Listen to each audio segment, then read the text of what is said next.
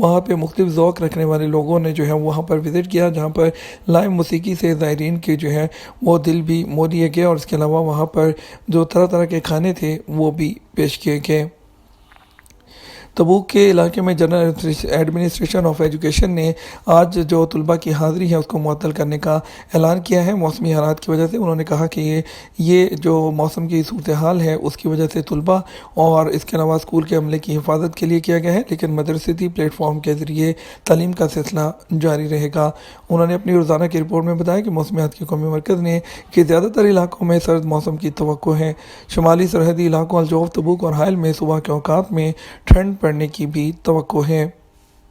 Jeddah Airports company جو کہ Jeddah میں کنگ عبدالعزیز انٹرنیشنل ایئرپورٹ کو چلانے کی ذمہ دار ہے، ایک پروگرام شروع کیا ہے جو کہ سعودی عرب میں اپنی نوعیت کا ایک پہلا پروگرام ہے، جس میں جو ایئرپورٹس پر جو خواتین ورکرز ہیں ان کو ایمرجنسی حالات میں ہوائی اڈوں میں میڈیکل ٹریٹمنٹ جو ہے وہ دینے کی ٹریننگ دی جائے گی، اور اس کے علاوہ اس میں 9 ماہ کا تعین کیا گیا ہے، اور جو پروگرام ہے اور کنگڈم کے ویژن 2030 کے مطابق خواتین کو بااختیار بنانے والا ایک حصہ ہے۔ یہ پروگرام جس میں Jeddah Airports Company Saudi Academy of Civil Aviation کے ساتھ مل کر یہ کام کرے گی، اس کا مقصد ہے کہ جو ان کو پیشہ ورانہ حفاظت، صحت، ہوائی اڈوں پر زخمیوں کی نقل و حمل، ہوائی اڈے پر ہنگامی طریقہ کار کا علم ہونا، اور اس کے علاوہ سیکیورٹی اور حفاظتی طریقہ کار میں مہارت حاصل کرتے ہوئے، اور ہوائی اڈے پر جو جتنے بھی ضروریات ہیں ان تمام کے بارے میں ان کو ٹریننگ فراہم کرنا ہے۔ اور انہوں نے کہا کہ پروگرام کا تقاضا یہ ہے کہ درخواست دینے والے کے پاس ہنگامی جو طبی خدمات ہیں اس کے شعبے میں بیچلر کی ڈگری ہونی چاہیے یا اس کے برابر،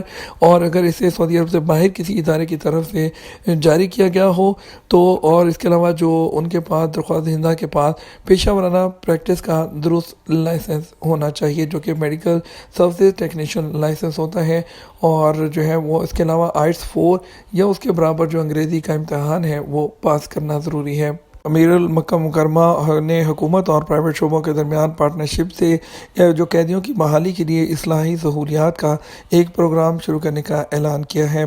مکہ مکرمہ ریجن کے اصلاحی مرکز میں اس کا نفاذ کیا جا رہا ہے۔ اس کا مقصد قیدیوں کو اس اہل بنانا ہے تاکہ وہ جب جیل سے اپنی سزا پوری کر کے نکلیں تو وہ ایک جو معاشرے کا جو ہے وہ حصہ بن سکیں، ان کو بھاری ساز و سامان کی مرمت اور دیکھ بھال اور ان کو دیگر جو تربیتی پروگرامز ہیں وہ کروائے جائیں گے، اور ان کا کہنا تھا کہ اس کا مقصد جو سزا یافتہ قیدی ہیں ان کا خیال رکھنا، ان کے رویے کو درست کرنا، ان کی شخصیت کی تعمیر کرنا ہے تاکہ وہ مناسب معاشرے میں اپنے آپ کو ڈھال سکیں اور اپنی جو نارمل لائف ہے اس کی طرف واپس آ سکیں۔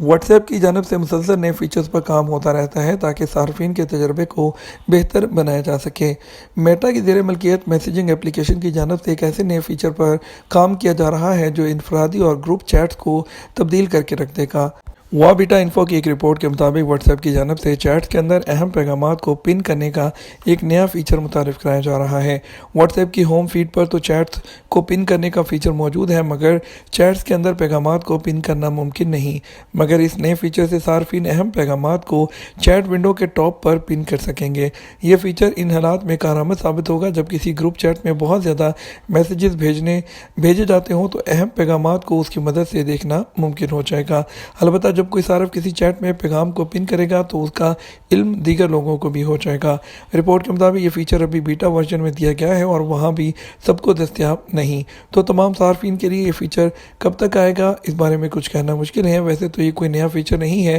واٹس ایپ کی جو حریف ایپ ہے ٹیلی گرام، اس میں اس طرح کا ایک فیچر کئی سال پہلے متعارف کروایا گیا تھا۔ فائنل ایگزٹ سے پہلے اہلیہ کا وزٹ ویزا لگوا لیا، اس پر سفر کیا جا سکتا ہے یا نہیں؟